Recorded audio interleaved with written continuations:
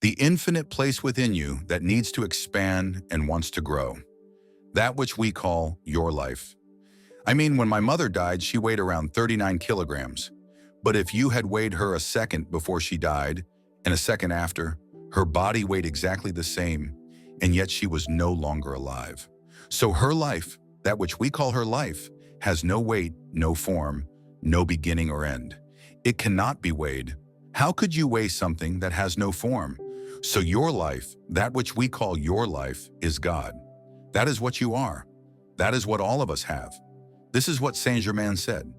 The attitude of someone who wishes to work in correct, conscious cooperation with the ascended hosts should not be, I wish I could go to them to receive instruction, but rather, I am going to purify myself, he says, to discipline and perfect myself, and to become such an expression of divine love, wisdom, and power that I can assist in their work, and then I will automatically be drawn to them.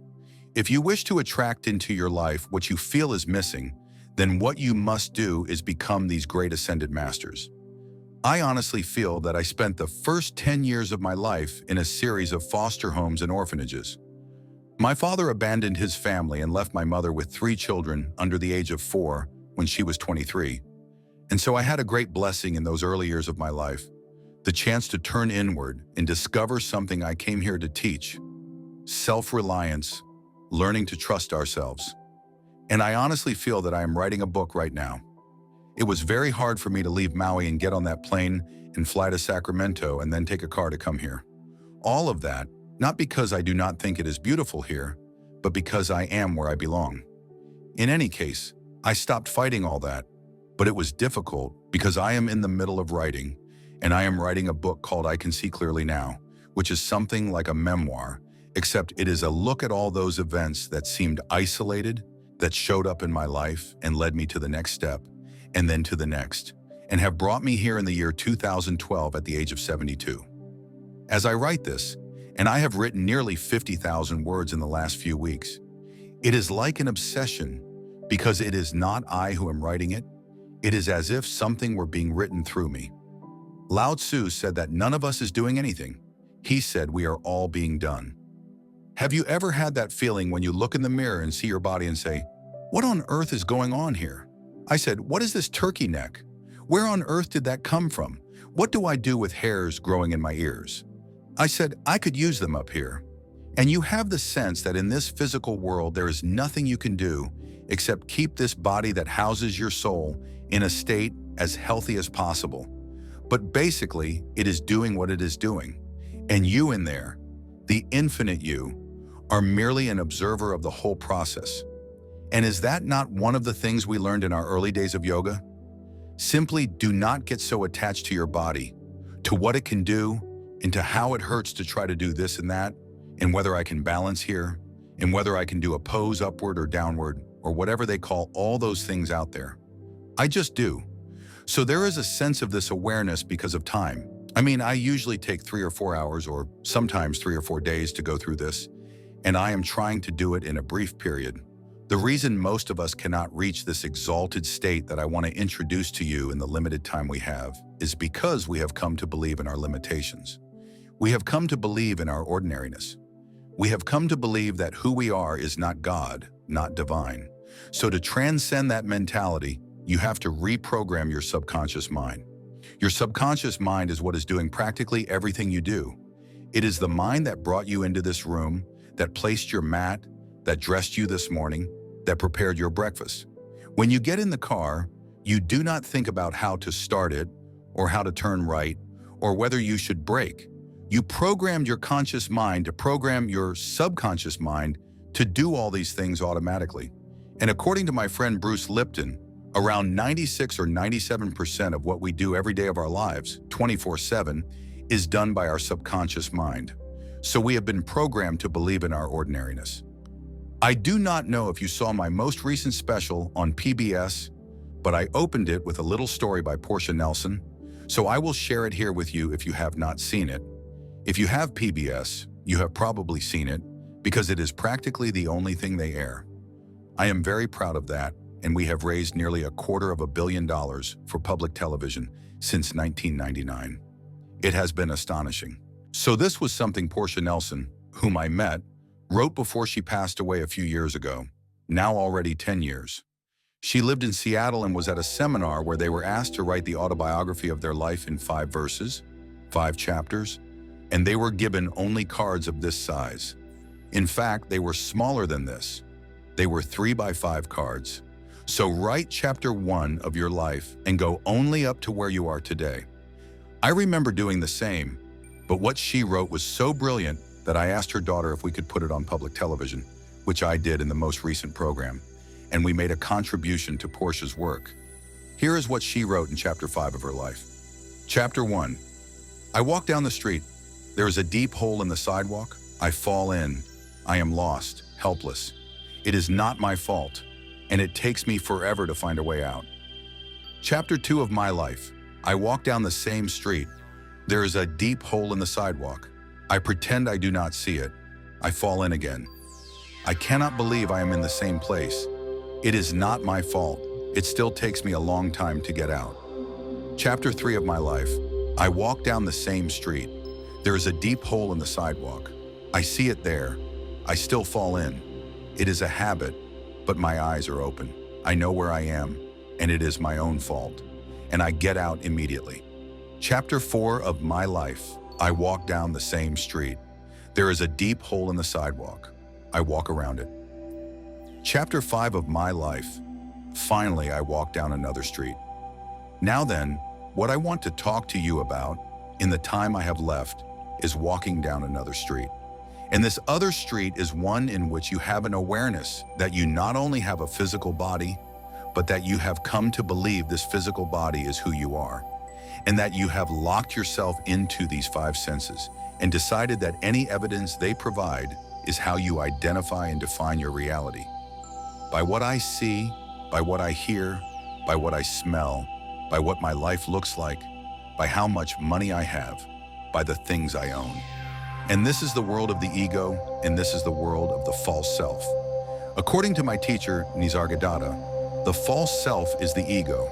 The ego is the part of us that has come to believe that who I am is defined by these 6 things. Who I am is what I have. And so we spend a large part of our life trying to get as many things as possible. The Tao teaches something very different. Get rid of everything you have.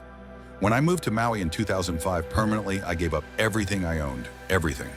Books, all my photographs, records of every kind, furniture, all the household things, all my clothes, shoes. Everything was donated to people living under an overpass in Florida, and I let it all go. So the ego teaches us that you are what you have. The Tao teaches, get rid of everything you have. Do less and achieve more. One of Lao Tzu's most famous observations was, I do nothing and I leave nothing undone. My son has adopted becoming a spiritual Taoist. Whenever I tell him to do something, he says, I do nothing and I leave nothing undone. But there is great wisdom in that. I could go on with it. The second thing the ego teaches is that who I am is not only what I have. Who I am is what I do, what I achieve. And so we spend much of our lives believing that the way we become successful, happy, fulfilled, whatever, is based on what I accomplish, on how my resume looks, on how many promotions I get. So we send our children to school and ask them to learn to identify themselves based on how much they get and what they achieve. Their grades become more important than what they are studying, what they own, what clothes they wear, what brands they have, and so on. And we obsess over this kind of absurdity. This is the false self in action. The third thing the ego teaches is that I am what other people think of me. I am my reputation. So we obsess over our reviews, what people think of us, the opinions of others, gaining the approval of others. We talk about the need for peer approval and things like that. I have 8 children who are not concerned with those things. They were never raised with that kind of mentality. The idea of trying to please others was something they consistently heard from their mother and me. This is not important to us. We are not attached to that. And this kind of attachment, the Tao teaches us that what you think of me is none of my business. The ego teaches us that what you think of me is the most important thing I have, and I will do whatever it takes for you to agree with me, to like me, to approve of me, and so on. The fourth thing the ego teaches, this false self, is that who I am is separate from everyone else. And so we are raised in this world of the false self that teaches us we have to be in competition with everyone else, that we have to defeat someone else, that being number one is the most important thing. And you see people doing this all the time at football matches, and you will see it when the Olympics come, that the gold medal is the most important thing of all. And if I do not get it, you will see people crying and sobbing over this idea that I have to be better than someone else to feel fulfilled in my life. The fifth thing the ego teaches is that I am separate not only from everyone else, but I am separate from what is missing in my life. The Tao teaches that there is no place where God is not. If there is no place where God is not, then God must be in you. And if there is no place where God is not, then God must also be in everything I perceive as missing in my life. Therefore, to become a manifester and attract into your life what you desire, I simply have to realign myself. I have to rejoin. I have to do yoga with God. And the gravest error of the ego is a belief system that says that who I am is separate from God, that God is something outside me. We have not been raised to understand and believe that our basic core, what we are, what Lao Tzu calls our original nature, is love. And all we have to do is be that and live that. There was a great Indian poet, his name was Rabindranath Tagore, and he received the Nobel Prize in Literature in 1913 for a collection of poetry called Gitanjali. In that poem, this long poem of more than 90 verses, one of those verses says this, speaking of the ego: I went alone on my way to my tryst, but who is this that follows me in the dark? I try to avoid his presence, but I do not avoid him. He makes the dust of the earth rise with his arrogance. He adds his loud voice to every word I utter. It is my own little self, my Lord. He knows no shame, but I am ashamed to come to your door in his company. That is a great poet, and that is a great truth. To arrive at this place I speak of, which Maslow told me about and trained me to think of as self-actualization, we have to stop evaluating who we are based on those ego identifiers, and instead begin to see ourselves as divine love, as parts of God.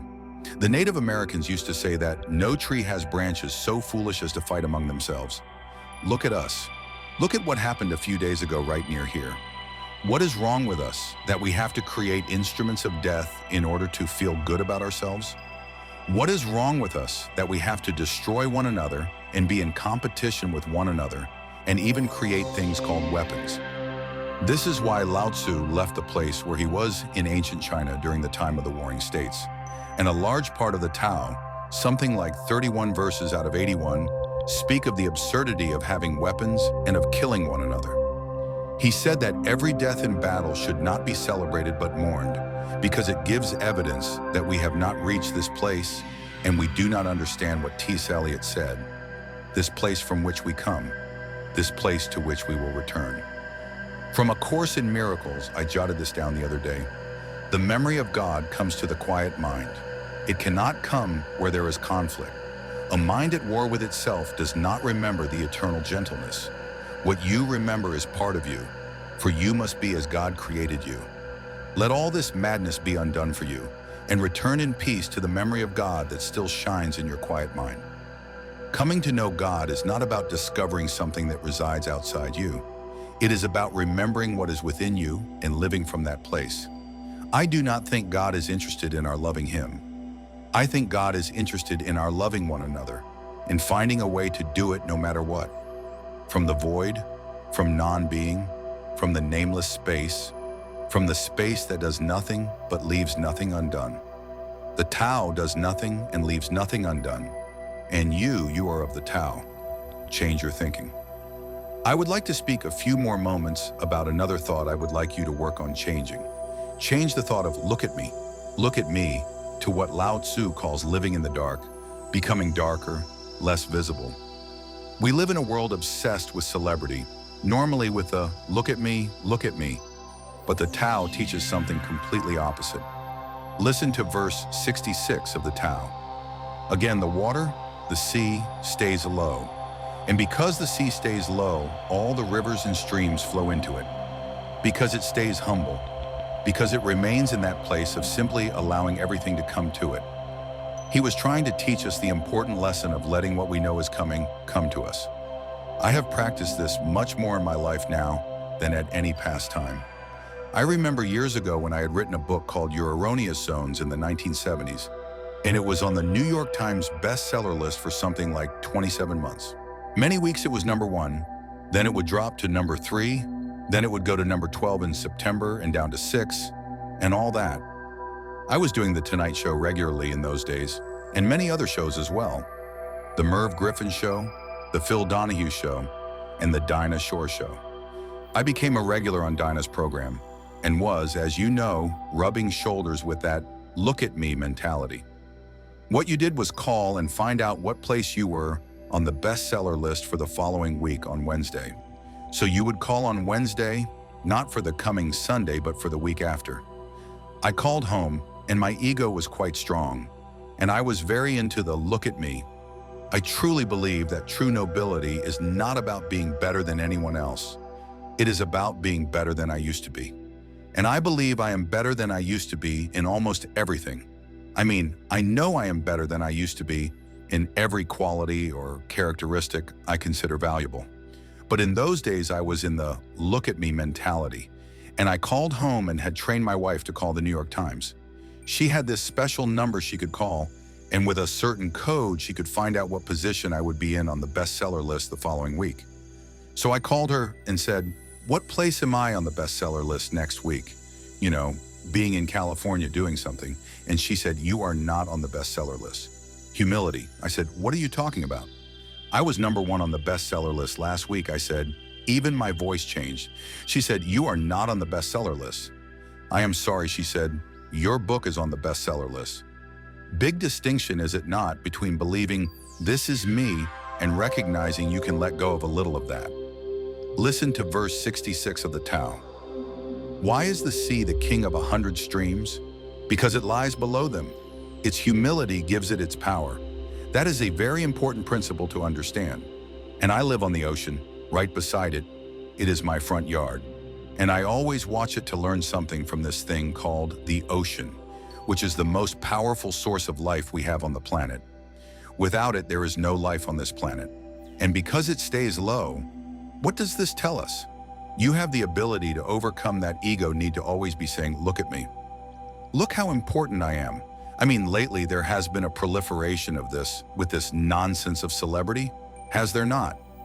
I mean, CNN is doing, hour-long programs about nonsense concerning what happened to this or that famous person, and the famous have not even done anything. And there is all this talk about it. And all the new magazines, I mean, you walk into an airport and look at the newsstand, and it is the same photos on different magazines. I do not even know what all their names are, but it seems there is a big market now for people to get into a look at me state, and how much we train our young people, particularly in our schools, so that the star is the one who gets the most attention, the one who is the most important and the most valuable is the one who has the most people approving of him, and so on. This constant obsession with the need to be noticed. When in reality, what I have found for myself is that the happiest moments of my life are when I can do it quietly, with no one outside even knowing what I'm doing.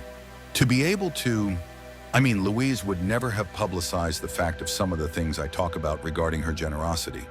She does it anonymously, almost always. She does it that way. There is no look at me, look how important I am, and things like that. There is so much to learn from that kind of wisdom, from that kind of connection with the source, and the ability and willingness to say, do it anonymously, to say that you can accomplish almost anything anonymously if you are not obsessed with taking the credit. Remember the film The Magnificent Obsession, a movie made in the 1950s, and it really was about what the magnificent obsession was, which was the ability to give anonymously. What is Alcoholics Anonymous? It is that everyone remains anonymous. No one has a title. There is not even anyone in charge. There are no leaders in this. There is no president. There is no vice president. There is no organization.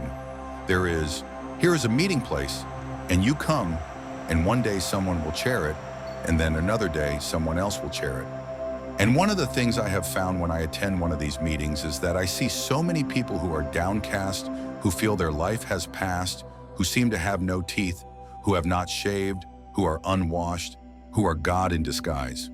They asked Mother Teresa about what she does when she was in Calcutta, and she said, every day I see Jesus Christ in all of his distressing disguises.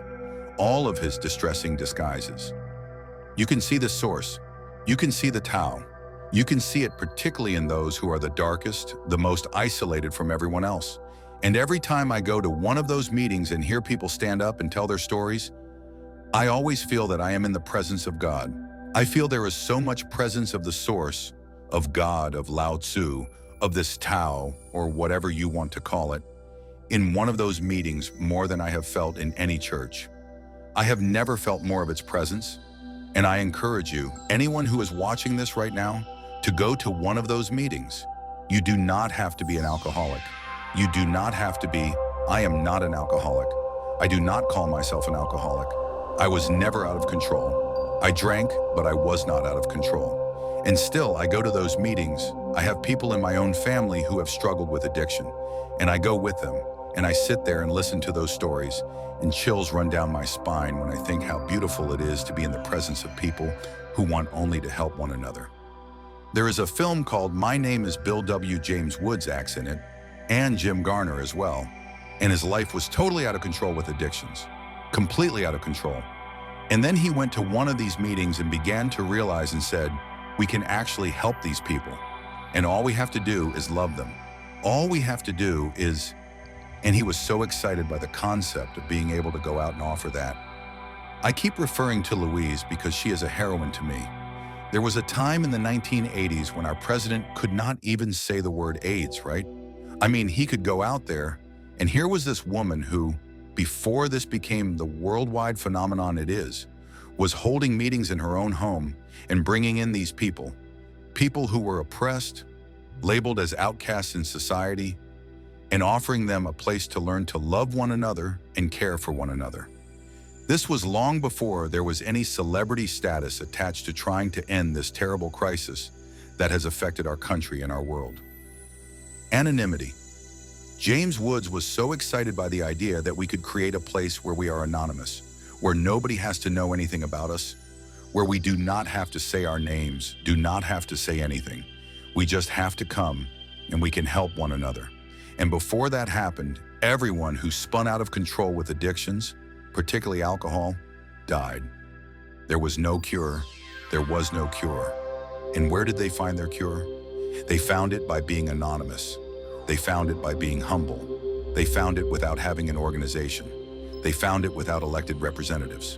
They found it without rules. There are no rules. You just come, and we care whether you have been sober a day or an hour, or even if you are drunk. You come, you matter to us. And you are not that alcohol. Who you are is this divine soul. In verse 36 of the Tao Te Ching, it says, the soft endures longer than the hard. The dark endures longer than the obvious. Try to become a little darker, a little less intrusive, a little less look at me, a little less, well, you know. One specific thing you can do is this. Right when someone else is speaking, right when you are about to interrupt with what you have been thinking the whole time, just waiting for them to stop talking, simply pause, bite your tongue and say, tell me more, or that is very interesting. I had never heard that point of view before. Even if they completely disagree with everything you stand for, be willing to listen, to be able to stop yourself. Practice it. I practiced it when I worked with these verses of the Tao. I practiced it every day while I worked on them, simply remaining in the dark. And for me, that is not always easy because I get recognized wherever I go. If I saw that someone was about to recognize me, I would just lower my head and walk a little past them, as if to say, right now I just want to be anonymous. Right now I want to be dark. The Tao says storms always end. Verse 23, fierce winds do not blow all morning. A downpour does not last all day. Who does this? Heaven and earth. You are already connected with everything you want or need. It will come to you at the perfect moment. Just as rivers and streams arrive at the ocean at the perfect time, and in the perfect place. You have to trust. You have to know it will come to you. You do not have to chase it. You can become a little less obsessed with your ego and your personal importance and who you are and what you have done, and you can do far more. And you know what? It is the most peaceful, sweet, delicious way. Like the song Cecilia was singing about the rose. Manifesting is not about attracting what you want. Manifesting is an awareness and an understanding that you attract what you are. We are not here as human beings having a spiritual experience. It is the other way around. We are all infinite spiritual beings having a temporary human experience. People who self-actualize, one of their characteristics is that they move beyond death almost as if it had not happened. They carry within them an awareness that nothing dies, that everything that materializes, of course, changes form, but there is something else. My teacher in India was named Swami Muktananda. Many of you have read about him. And once he was asked, "What is real, Master? What is real?" And Muktananda answered, "That is real which never changes. Everything else is illusion." I have been thinking about Muktananda and about Dr. Maslow, who passed away on June 7th, 1970. That was the very same day I was walking across the stage in Detroit at Cobo Hall receiving my doctorate, almost at the same time. It was as if he had said, "I have explained this whole idea of self-actualization to the academic world. Now you explain it to taxi drivers, school teachers, nurses, yoga students, and everyone else. This idea that there is a higher place each of us can reach, right here while we are here." According to Muktananda, that is real which never changes, and we are all here in bodies that we believe are who we are. We are totally convinced of it. I was in a 21-year-old body, and I cannot find any part of it anywhere on the planet. But while I was in it, I was absolutely convinced that that was who I am. Then I moved into another body, and another body, and another body, and the same is true for each of us here. There is a part of us that is infinite. That is the soul, the spirit, no matter what you call it. Many of you know that I wrote a book about 7 years ago after living the Tao Te Ching for a full year. It is called Change Your Thoughts, Change Your Life. I took each of the 81 verses of the Tao Te Ching and devoted an entire year to them. I began on January 1st, 2005, and read verse 1. I would take 4.5 days to contemplate it, think about it, meditate on it, try to understand it. And then in the half day I had left, I would look at a painting of Lao Tzu.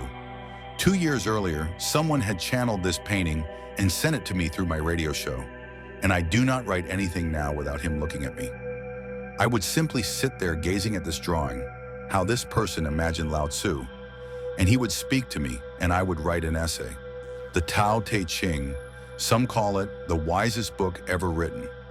Someone once sent me a copy of a book called Jesus and Lao Tzu. On the left side of the page were sayings of Lao Tzu, and on the right side of the page were sayings of Jesus that mirrored what Lao Tzu had said 500 years before his birth. I am not saying Jesus was plagiarizing, but I am saying there are eternal truths. And these eternal truths come to me directly from the Tao. I did this for each of the 81 verses of the Tao. The opening line of the Tao Te Ching says, "The Tao that can be named is not the Tao." As soon as you try to define this invisibility that is within each of us, that keeps inhabiting these new bodies all the time while the body keeps changing, who we are is infinite. So I wrote a few words about what I think of the soul. Let me share them with you. The ideal of the soul, this part of you that never changes, this part of you that is infinite. And that word infinite is very important to think about because it is the opposite of finite. Finite means that something begins and ends. If it did not end anywhere or did not begin anywhere, we could not call it finite. We would say it goes on forever. The moment it stops, the moment we give it a form, the moment we attach something to it associated with this physical, corporeal world we all live in, it moves from infinite to finite. So trying to define what is infinite with a brain or a mind that is finite is an impossibility.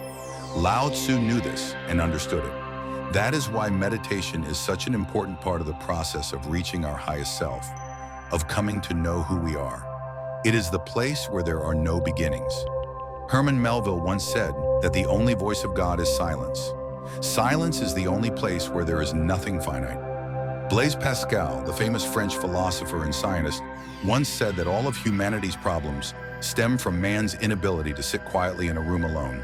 But most of us are simply not comfortable with this, because we have come to believe in and rely on evidence of who we are, based on what we can touch, see, feel, and smell.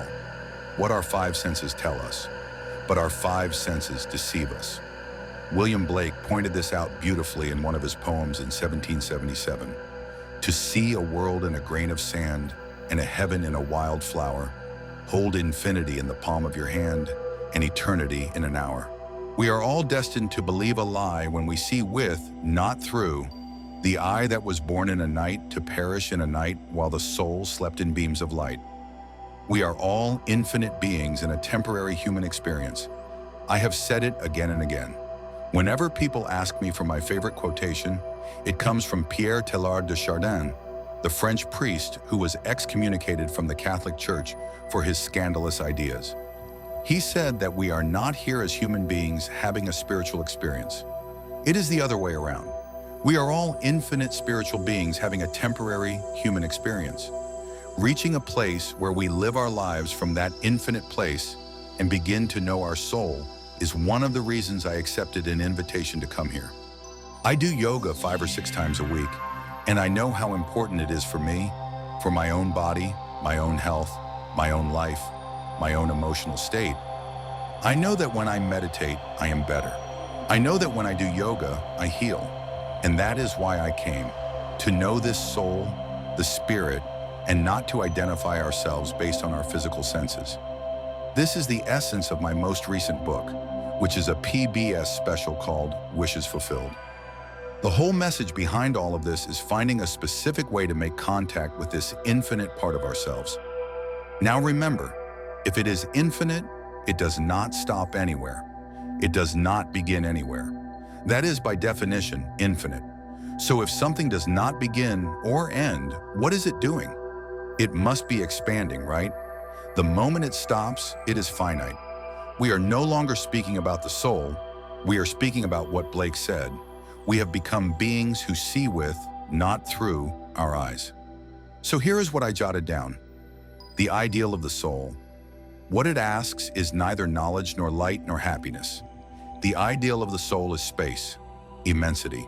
The one thing it needs more than anything else is to be free, to expand, to reach and embrace the infinite. Nevertheless, the ideal of the soul is infinity, because that is what it is. The soul is miserable when it is circumscribed or restricted in any way. I have 8 children, 6 beautiful daughters and 2 sons. One thing I know is that before I had children, I had 8 theories about how to raise children. And now I have 8 children and no theories. But one thing I do know about children is that nobody likes to be told what to do. And this is not just with children, this is with all of us. One of my favorite songs, song from when I was in high school, Give Me Land, lots of land under starry skies above. You know, do not fence me in, do not limit me, do not put barriers on me. Do not tell me what I can and cannot do. Do not tell me how to be there. Do not tell me what to wear, what to think. Do not even tell me how to do yoga. I do not want to be told. This is the soul speaking. Always, the soul always has a constant desire to expand and grow. And anything or anyone that comes into your life and tries to confine that, you will find yourself fighting against it and pulling back. You will find it particularly in your yoga practice. The word yoga, what does it mean? Union. Union with what? With your highest self, with God. This is what the highest self is. The part of you, the place within you. So yoga or union is truly a way to become a manifester. Now, to become a manifester, someone who is able to attract and place into your life that upon which you place your attention, there are certain things. We all know a lot about something called The Secret not long ago, everywhere in newspapers and magazines and on the news. And I was always asked to be part of it, and I stayed away for different reasons. Because for me, manifesting is not about attracting what you want. Manifesting is an awareness and an understanding that you attract what you are. I have been studying in depth something called the I Am Discourses, and I will share a bit here. One of my favorite quotations from Unveiled Mysteries says, "The attitude of a person who desires to work in conscious cooperation with the ascended hosts, with God, should not be, 'I wish I could go to them for instruction and pray to God or to the source from which we all came.'" T.S. Eliot said, "We shall not cease from exploration, and the end of all our exploring will be to arrive where we started and know the place for the first time." Now, the poet was speaking of dying, of leaving the body. I do not believe we must wait for that. We can come to know that place from which we started and live from it. And then the words Jesus gave us in the book of John, "Even the least among you can do all that I have done, and even greater things." Allow your life to unfold naturally. Know that it too is a vessel of perfection.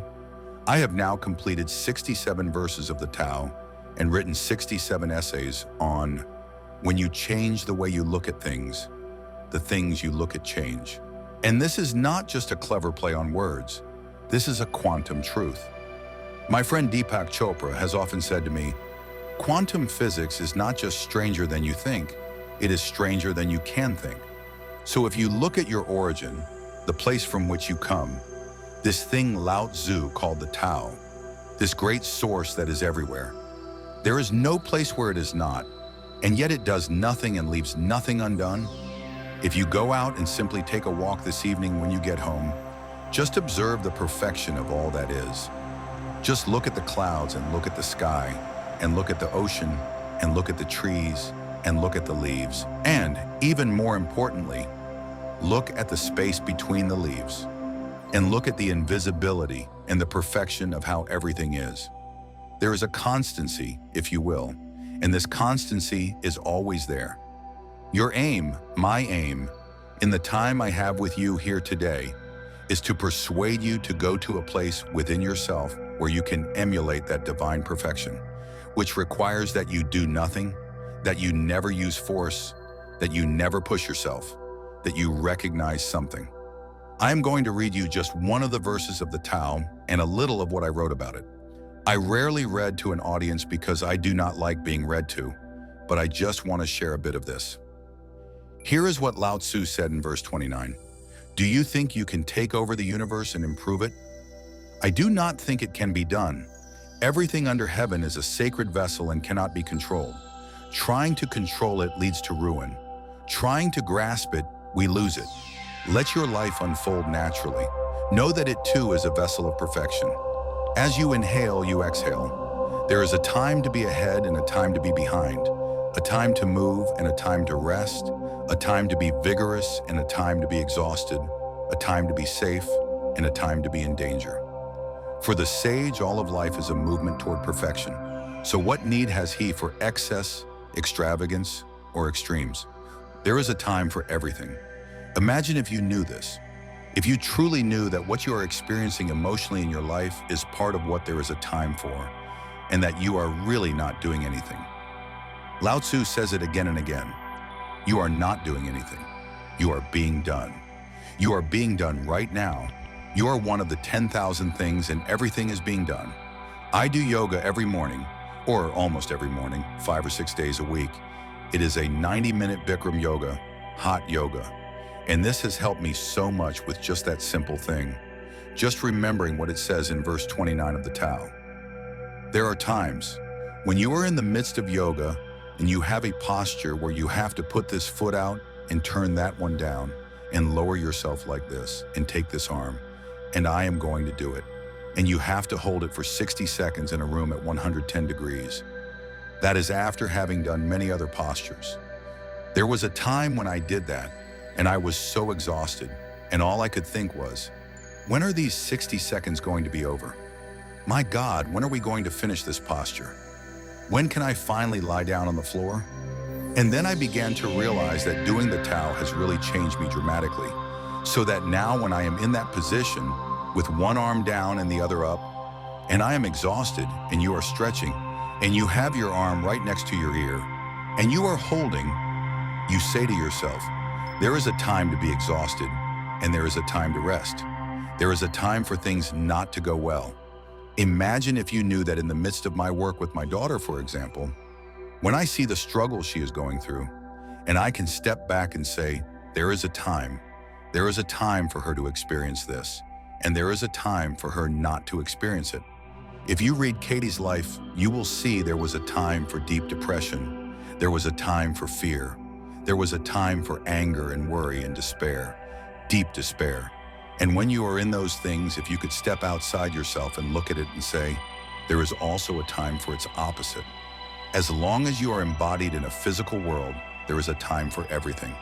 And in doing so, you come to a new place in your life where you begin to look. Because remember, one of the verses, verse 40 of the Tao, says that everything is about returning. It is all about returning. Returning to what? Returning to the place from which you came. In the first months of your life, you lived within your mother's womb, in water, and during those 9 months, nobody could go in there and mess with you. Nobody could go in there and make you worry about anything. You did not have ultrasounds to look at and say, my God, I do not have a nose yet. What is going on? I really hope I get a nose. And you would go into nose therapy and worry and say, what if it does not happen? You did not do that. And suddenly everything unfolded perfectly in the way it was going to unfold, regardless of your opinion about it. You were not doing anything. Nothing was left undone. You were being done. You were being completed. And you were totally at peace with it. You surrendered to it. You allowed it. It was not a struggle. And then you left there and said, thank you, God. Thank you, Tao. Thank you, Source. We will take it from here. And that was the biggest mistake. Suddenly you took control and pushed God aside. You edged God out. You pushed God out and assumed an ego, did you not? And what is an ego? It is just an idea of who you are. Instead of being a part of God, a part of the Source, you decided, and those around you decided, that you were something different. If you were to study quantum physics and take the tiny particle that gave you origin and try to discover where it came from, and reduce it to its smallest subatomic properties, you would ultimately discover what Lao Tzu knew. It is spirit that gives life. You do not come from a particle. Particles do not create particles. Particles do not originate from particles. Originally, all particles come from an energy, a field of energy, that has no beginning and no end and no boundaries. And that is what you are. Returning to that and letting go of the idea that who you are is what you have, and who you are is whom you control. I do not think there is a more pervasive theme in the Tao Te Ching than the idea of being a non-interferer, right? It is about non-interference. It is about letting go. It is about allowing. It is about detaching. It is about disconnecting from this belief that you are in charge of other people. I am the father of 8 children and the father of motivation. That is what they tell me. And as this father of 8 children, one of the things I have recognized, and what I think has made me a better father, particularly since I have been doing this, is my willingness, what I call the bite your tongue verse of the Tao. Just stop for a second right when you are about to interfere. Just let someone else be how they are and what they should do and how they should do it. You take a step back and realize that what Khalil Gibran, the great Lebanese poet, wrote in The Prophet was only a basic truth. Your children are not your children. They are the sons and daughters of life's longing for itself. They come through you, but not for you, and you step back. I cannot even begin to tell you how liberating it is to realize that you do not have to do anything. You have no one to control. You can be at peace. And I observe, and I have become much more of an observer, even on airplanes. I was in London 5 days ago, and I do not know if you have flown in and out of Heathrow lately, but things have changed a great deal. We could not take anything on the plane. The terrorists, whoever they are, sell fear, and we respond with more fear. Every time you use force, you create a counterforce, and then another counterforce, and before you know it, well, the Tao teaches us all this. One of the great lessons of the Tao is that any country that has its primary resources and its energy centered on building weapons is not in the Tao. And those countries whose consciousness is located in the Tao put their energy into tractors, into building houses, into growing food, not into building weapons. I saw a film not long ago with Nicolas Cage about warlords or something like that. Lords of War, I think. It was alarming how much energy we are investing in the world to destroy ourselves. We have literally created, from our consciousness, enough armament on this planet to eliminate all life in just a few moments. It is all there. It is all there for us. We have allowed ourselves to drift so far from the great teachings of the great spiritual masters, and we think we are a Christian nation or that we are a spiritual nation when we find ourselves having strayed from these simple principles, and then getting angry and not looking closely enough at ourselves and all the ways we have drifted from the greatest teachings of all the great spiritual masters. Having come this far, have you not seen this other reflection from Wayne Dyer? I would not miss it.